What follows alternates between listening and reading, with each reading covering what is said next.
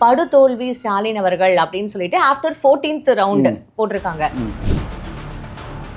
நீங்க எப்படி சார் 5 மணி நேரத்துக்கு முன்னாடியே ஸ்டாலின் தோல்வி அப்போ விஎஸ் பாபு வெற்றி அப்படின்ற ஒரு போஸ்டர் போட்டிருக்கீங்க? அவ்வளவு தைரியமா? இது தேர்தல் முடிவுகள் நீங்க நினைக்கிற மாதிரி பெரிய எதிர்பார்ப்பா இருக்காதுங்க. ஆரம்ப காலத்தில் எம்ஜி ராமச்சந்திரன் வெற்றி பெற்றது கூட அந்த குறிப்பிட்ட சமூகம் தான் காரணம். த்ரிஷா அவர்கள் இந்த நிமிஷம் விஜய் அவர்கள் வீட்டுக்கு போயிருக்காங்க. இது ஒரு பக்கம் ஏண்டா இப்போ இவங்க வீட்டுக்கு போகணுமா அப்படின்னு இப்போ டிவிகேல சார்ந்தவங்களே இப்போ இந்த கேள்வியை எழுப்புறாங்க.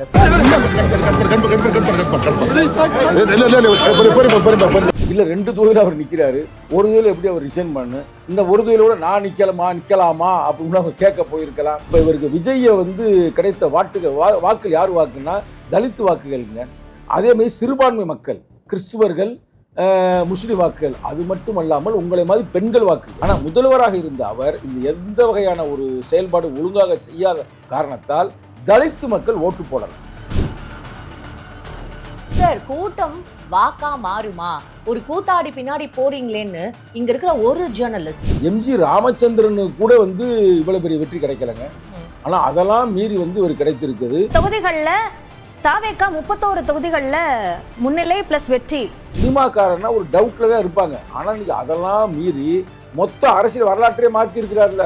விஜய்னால் அரசியலில் களம் மாறும் சொன்னார அதே வேடு தானே. ஆனால் நெருக்கடி கொடுத்தா நீங்க பேக் அடிச்சிடாதீங்க என்னன்னு சொன்னோம். இருந்தாலும் எங்க தலைவர் நிக்கல. ஒருவேளை எங்க தலைவர் நின்று இருந்தாருன்னா எங்களுக்கு வெற்றி எளிதாக கிடைத்திருக்கு.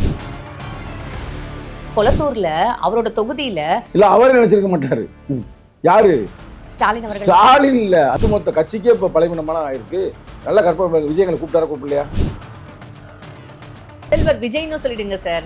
இதெல்லாம் கேட்கும் போது நான் சொல்ல முதல்வர் விஜய் அவர்களுக்கு வாழ்த்துக்கள் தானே சொல்லிட்டேன். அப்படி அதிகாரத்தின் ஒரு வர்க்கத்திற்கான ஒரு புத்தி இருக்கு. அந்த புத்தியில செயல்பற்றக்கூடாது. செயல்படுத்தினீங்கன்னா இதே மக்கள் உங்களை ஆதரிச்சு ஓட்டு போட்டவங்களே நாளைக்கு தூக்கி போட்டுருவாங்க.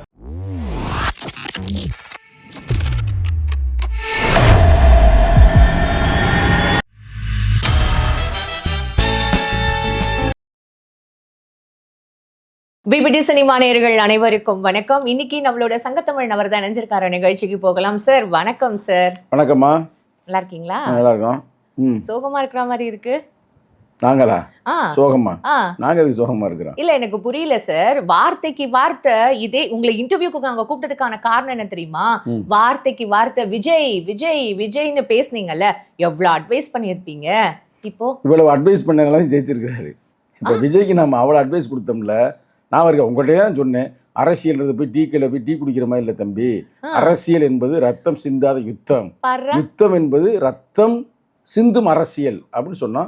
அது தம்பி அதெல்லாம் உணர்ந்து செயல்பட்டனால இன்னைக்கு நீங்க சொன்ன அட்வைஸை கேட்டு உணர்ந்து செயல் நம்மளும் ஒரு அட்வைஸ் பண்ணோம். சார் உங்ககிட்ட இந்த கேள்வி கேட்கணும் தான் நான் வந்தேன். இப்பதான் எங்களுக்கு ஆஃப்டர் 14th ரவுண்டு ஸ்டாலின் அவர்கள் தோல்வி அப்படின்னு சொல்ற ஒரு மெசேஜை இப்பதான் எல்லாருமே ஸ்டேட்டஸ்ல போட்டுட்டு இருக்காங்க, எங்களோட நியூஸ் சார்ந்தவங்க எல்லாம். நீங்க எப்படி சார் 5 மணி நேரத்துக்கு முன்னாடியே ஸ்டாலின் தோல்வி அப்போ விஎஸ் பாபு வெற்றி அப்படின்ற ஒரு போஸ்டர் போட்டிருக்கீங்க? அவ்வளவு தைரியமா? கூட்டணி கட்சியில இருக்கீங்க, உங்களுக்கு கூட்டணி தர்மமே என்னன்னு தெரியலையே. இல்ல நீங்க முழுசா பார்க்கல.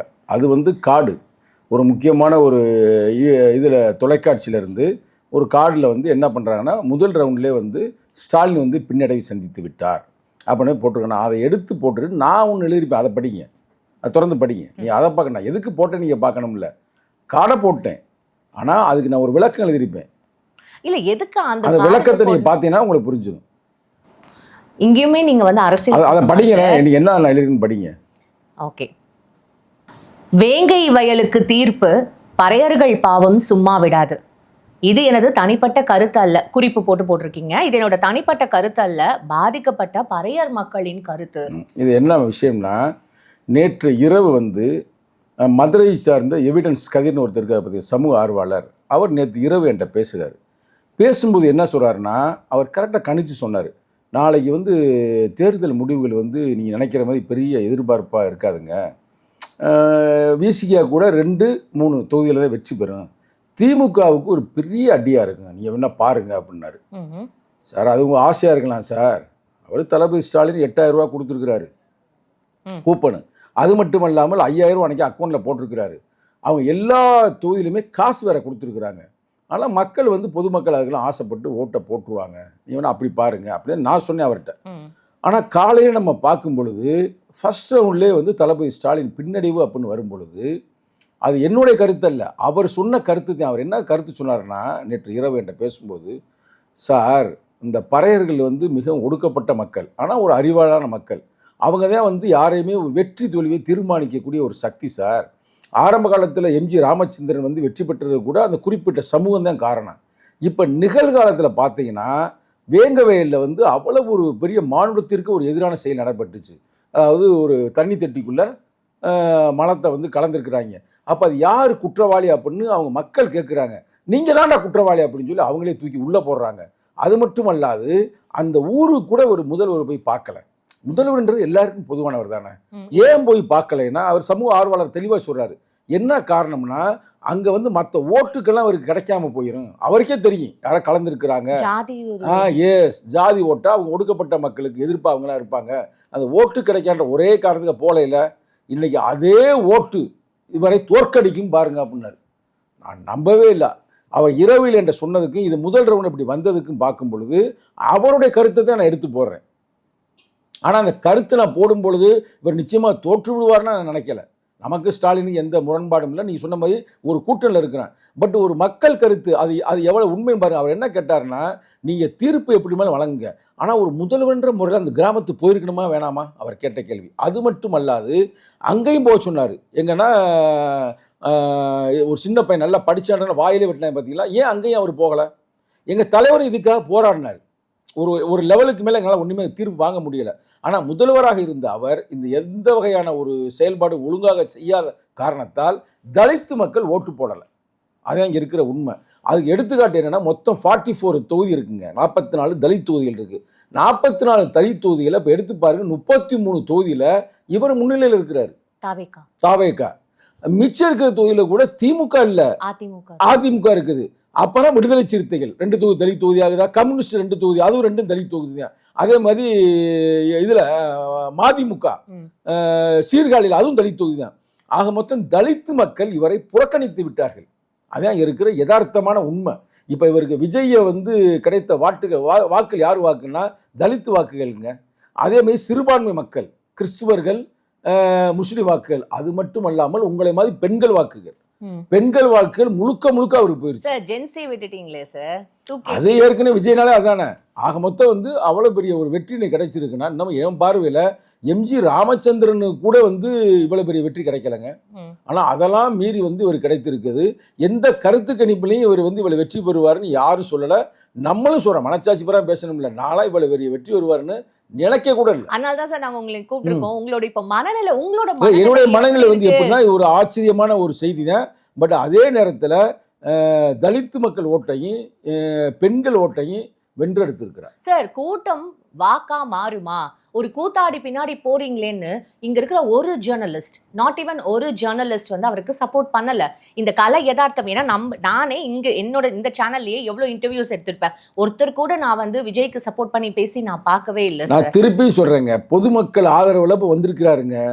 இவர் வந்து ஒன்றும் இப்போ இதில் வரல, அதாவது அறிவார்ந்த சமூகம் வர வெற்றி பெற வைக்கல.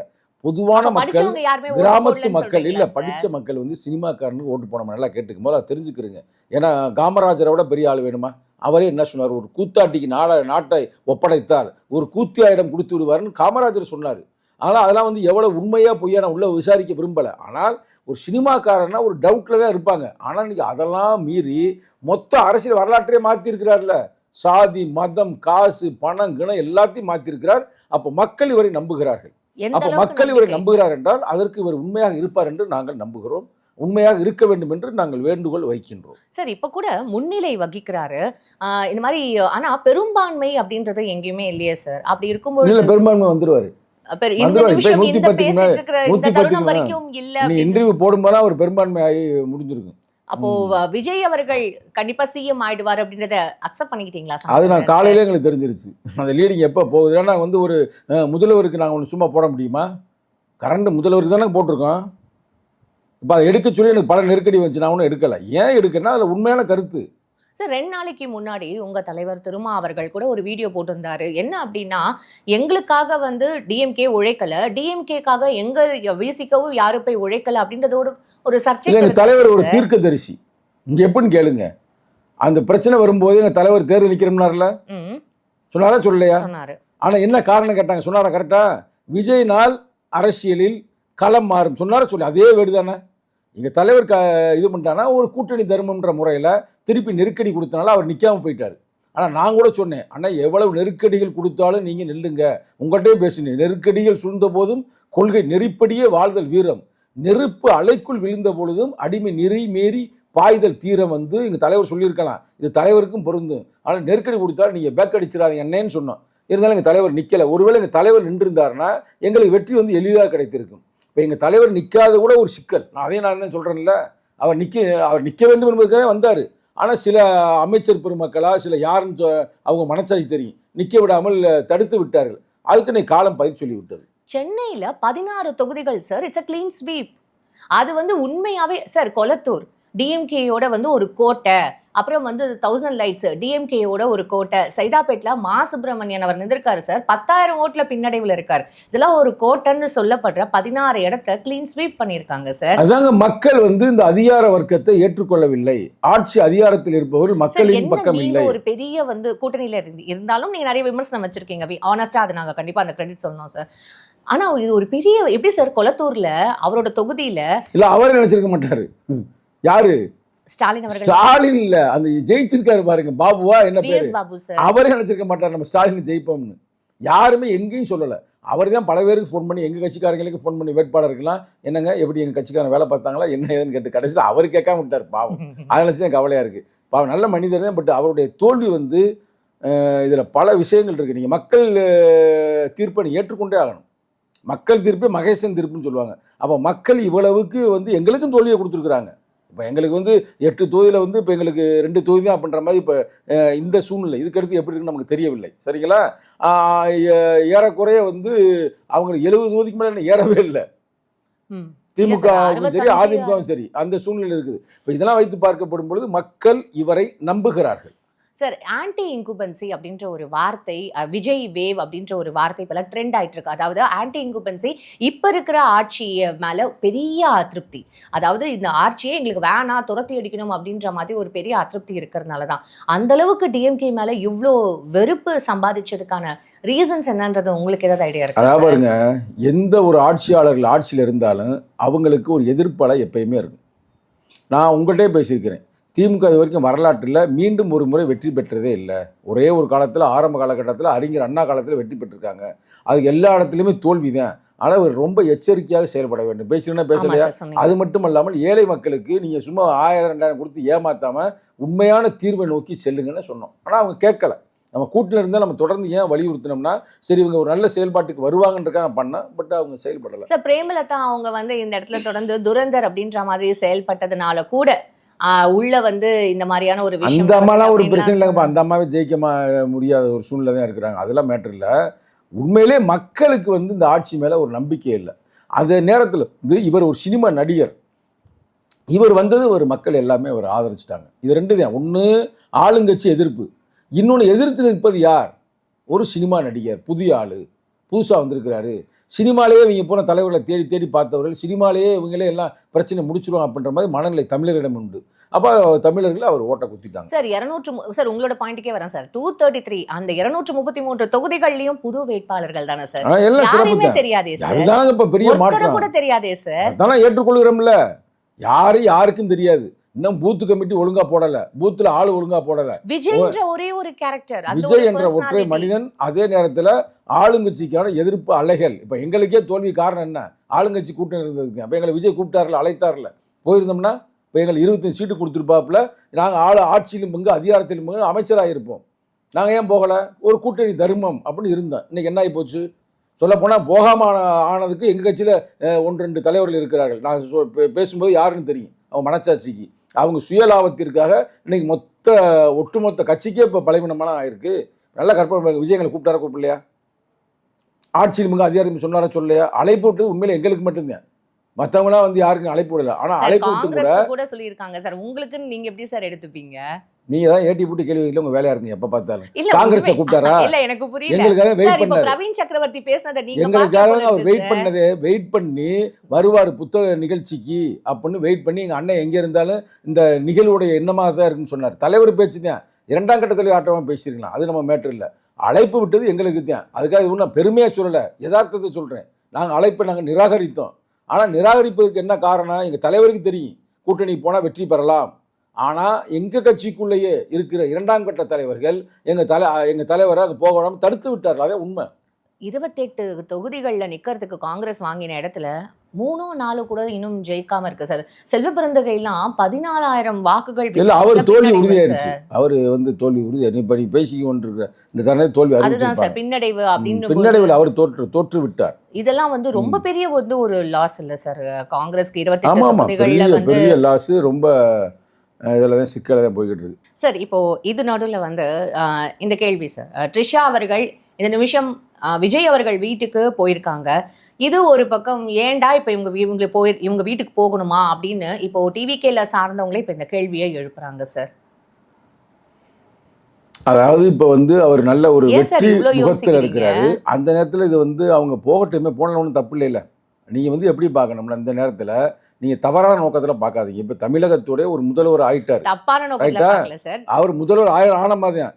முதல்வர் ஆனவரை ஒரு தோழர்கள் முறையில், ஒரு நட்புன்ற முறையில் சந்திக்க செல்லலாம், இல்லை வாழ்த்துவதற்காக கூட சொல்லலாம். இல்லை 2 தொகுதியில் அவர் நிற்கிறாரு, ஒரு தொகுதியில் எப்படி அவர் ரிசைன் பண்ணு, இந்த ஒரு தொகுதியிலோட நான் நிற்கலாமா அப்படின்னு அவங்க கேட்க போயிருக்கலாம். அப்போ இப்ப அதெல்லாம் தெரியுதா இந்த கேள்வி ஏன் உங்ககிட்ட கேட்டேன்? ஏன்னா நீங்க தான் சார் புதுவிதமா எங்களுக்கு வந்து எங்களை இல்லை, யோசிக்க அவர் முடியாத 2 அளவுக்கு பதில் 2 சொல்றீங்க. தொகுதியிலுமே அவர் வந்து இப்போ நிற்க முடியாது. ஒரு தொகுதியில் ரிசைன் பண்ணு. அப்போ ஒரு தொகுதி ரிசைன் பண்ண பிறகு நான் வந்து அதாவது சிக்கலை உருவாக்க வேண்டும், இல்லை குதர்க்கமாக பேசணுன்றதுக்காக நான் பேசலை. நான் என்ன சொல்கிறேன்னா, அவரு ஒரு முதல்வர் நான் கொச்சப்படுத்த விரும்பலை. அப்போ முதல்வர்கிட்ட போய் சார், ஒன்று உங்க வாழ்த்தலாம். வாயால முதல்வர் அப்படின்னு முதல்வர் விஜய்னு சொல்லிடுங்க சார். இதெல்லாம் கேட்கும் போது நான் தான் சொல்லேன், முதல்வர் விஜய் அவர்களுக்கு வாழ்த்துக்கள் தானே சொல்லிட்டேன். அப்புறம் என்ன உங்களுக்கு? இல்ல சார், இதே சேனல்ல உட்கார்ந்து நீங்க ஆதவர்ஜுனா பத்தியும் இல்ல விஜய் அவர்களை பத்தியும் தொடர்ந்து எந்த மாதிரியான ஒரு கருத்துக்கள் அந்த மாதிரியெல்லாம் பேசுனாலதான் அவரு உணர்ந்து செயல்பட்டாரு. ஆனா நாங்க ஆளுங்கட்சி கூட்டம் இருக்கும்போது நாங்க ஆளுங்கட்சி எதிர்த்து நான் பேசுறேன் அவங்கள்ட்ட, அவங்க இவெல்லாம் ஒரு ஆளா பேசுற அப்படின்னு கண்டுக்கிறா போனாங்க. அதனால இப்ப தோல்வி. நான் மீண்டும் சொல்றேன், இப்ப நீ ஒரு கருத்து சொன்னாலும் கூட உன் கருத்தை நான் புறந்தள்ளக்கூடாது. சரி, அதுல ஏதாவது அர்த்தம் இருக்கு அப்படின்னு யோசிக்கணும். நான் திமுகவுக்கு திருப்பி சொன்னேன், நீங்கள் பண்ணுறது பூராமே வந்து பொதுமக்களுக்கு எதிர்ப்பாக செயல்படுறீங்க, தலித்து மக்களுக்கு ரொம்ப எதிர்ப்பாக செயல்படுறீங்க. தலித் மக்களோட ஓட்டு தான் வந்து பெரிய அளவில் இது ஒரு இம்பாக்ட் கிரியேட் பண்ணியிருக்கோம். நான் மீண்டும் சொல்கிறேங்க, இவருடைய வெற்றிக்கு இப்போ காரணமே தலித் ஓட்டுகள் தான் மெயினாக. தலித் ஓட்டுகள் மற்றும் சிறுபான்மை ஓட்டுகள், பெண்கள். அந்த ஓட்டு தான் இன்னைக்கு வந்து பல 1 கோடிக்கு மேலே வாங்கிட்டாரு சார். ஃப்ரீ பஸ் விட்டாரு ஸ்டாலின் அவர்கள். கொளத்தூர் தொகுதியை எடுத்துக்கும் போது அங்க நிறைய விஷயங்கள் பண்ணியிருக்கிறதா சொல்லப்படுது சார். ஜிம்மு, பூங்கா, லைப்ரரி, அப்புறம் நிறைய விஷயங்கள் அங்க வந்து பெண்களுக்காகவே சில சிறப்பு அம்சங்களும் பண்ற மாதிரி 8,000 ரூபாய் கூப்பன், 5,000 ரூபாய் விஷயம், இவ்வளோ தூரம் பண்ணதுக்கு அப்புறமும் பைசா வாங்கிட்டு உடனே போய் இந்த சினிமால பண்ற மாதிரியே இவர்கிட்ட இருந்து பைசா வாங்கி போய் விஜய்க்கு ஓட்டு போடுற மாதிரியே பண்ணிட்டாங்க போல இருக்கு சார். என்னன்னு ஒண்ணுமே புரியல. விஜய் அவர்கள் சொன்னாரு சார், பைசா வாங்கிக்கோங்க, கொடுப்பாங்க, வாங்கிக்கோங்க, வாங்கிட்டு நீங்க வந்து டிவிகேக்கு ஓட்டு போடுங்க, ஏன் உங்க பைசாவை வந்து நீங்க மிஸ் பண்ணணும்ன்ற அந்த வார்த்தையும் அவர் சொன்னாரு சார். சரி, அதெல்லாம் வார்த்தை நல்லா சொன்னீங்க. இப்போ நான் உங்களுக்கு ஒன்று சொல்றேன். சரி, நீங்க வந்து இதே மாதிரி இப்போ ஆட்சி அதிகாரத்தில் உட்காந்துட்டீங்க, ரைட்டா? அந்த ஆட்சி அதிகாரத்தில் உட்கார்ந்த பிறகு அந்த அதிகாரத்தின் ஒரு வர்க்கத்திற்கான ஒரு புத்தி இருக்கும். அந்த புத்தியில் செயல்படக்கூடாது. செயல்படுத்தினீங்கன்னா இதே மக்கள் உங்களை ஆதரித்து ஓட்டு போட்டவங்களே நாளைக்கு தூக்கி போட்டுருவாங்க. அதனால் அந்த பழைய ஆட்சியாளர்களைப் போல அடக்குமுறைகளையோ ஆதிக்கத்தையோ செலுத்தாமல் மக்களுடைய செங்கோட்டையன் இருக்காரு பாத்துப்பாரு சார். நீங்க அட்வைஸ் பண்ண வேண்டாம். இப்போ நீங்க உங்க கூட்டணி கட்சியிலயும் உங்க கட்சியிலயும் என்ன பண்ண போறீங்கன்னு அடுத்து யோசிங்க சார். செங்கோட்டை எல்லாத்தையும் பார்த்துக்குவாரு சார். எனக்கு புரியல சார், இன்னுமே நீங்க அந்த வந்து கலாய்க்கிற அந்த ஒரு மோட்ல தான் இருக்கீங்க. இல்ல செங்கோட்டையன் எல்லாம் பாத்துக்குவாருன்னா ஆமான்னு சொல்லுங்க, அவ்வளவுதானே. இல்லையே, இதே செங்கோட்டையன் பத்தி சார், செங்கோட்டையன் போயிருக்காரு, செங்கோட்டையன் பத்தின விமர்சனம் வைக்காதவங்க இங்க யாரு சார்? இப்ப அதே செங்கோட்டையன் வந்து விசில் புரட்சி வரும்னு ஒரு வார்த்தை சொன்னதுக்கு என்ன புரட்சி இவர் செஞ்சாருன்றது. செங்கோட்டையன் கூட பதட்டமா இருந்தாருங்க. ஒரு வாரத்துக்கு முன்னாடி ஜெயிப்போமா என்னன்னு இருந்தாரு. ஆனா உண்மையிலே வந்து இப்போ அவரே எதிர்பார்த்துக்க மாட்டார். நீங்க என்ன செங்கோட்டையன் போய் கேளுங்க. செங்கோட்டையனும் வெற்றி சார். அவர் வீட்டுல எப்பயும் அறிவிச்சிட்டாங்க. உண்மையிலே சிறப்பு தான். சரி, வாழ்த்துக்கள். Fine sir. உங்களோட மனம் அறிந்து நீங்க வந்து எல்லாருக்குமே, அதாவது டிவிகேல வின் பண்ண அத்தனை பேருக்குமே வந்து வாழ்த்து தெரிவிச்சிருக்கீங்க உங்க வாயாலேயே. விஜய் முதல்வர் வாழ்க அப்படின்ற மாதிரியான ஒரு விஷயம் வேற சொல்லி முடிச்சிருக்கீங்க. உங்க நேரத்துக்கு ரொம்ப நன்றி சார். தொடர்ந்து பேசுவோம். அதாவது வாழ்க அப்படின்னா அவர் வாழ்த்துறோம். அவர் ஒன்றும் வாழ்க அப்படின்னு நம்ம சொல்லி தான் வாழணும் தேவையில்லை. ஆல்ரெடி வாழ்ந்து கொண்டு தான் இருக்கிறார். புதுசாக இப்போ பொறுப்பேற்று இருக்கிறார். அவருக்கு வாழ்த்துக்களை தெரிவிக்கிறோம். எதிரிகளாக இருந்தாலும் அவங்கள பயங்கர ஷாக்ல இருப்பீங்க. ஜனநாயகப்படுத்தணும், பயங்கர அரசியல்படுத்தணும், ஷாக்ல இருப்பீங்க. வாழ்த்துக்களை ஒன்றும் சாக்கல. நாங்கள் மகிழ்ச்சியாக தான் இருக்கிறோம். யாராவது ஒருத்தர் நல்ல ஆட்சியை கொடுக்கட்டும், மக்களுக்கு கொடுத்தாங்கன்னா சிறப்பு தானே. பார்க்கலாம் சார். தொடர்ந்து நம்ம நிறைய விவாதங்கள் எடுத்துட்டு போக தான் போறோம். தொடர்ந்து பேசுவோம். உங்க நேரத்துக்கு ரொம்ப நன்றி சார். நன்றி, வணக்கம்.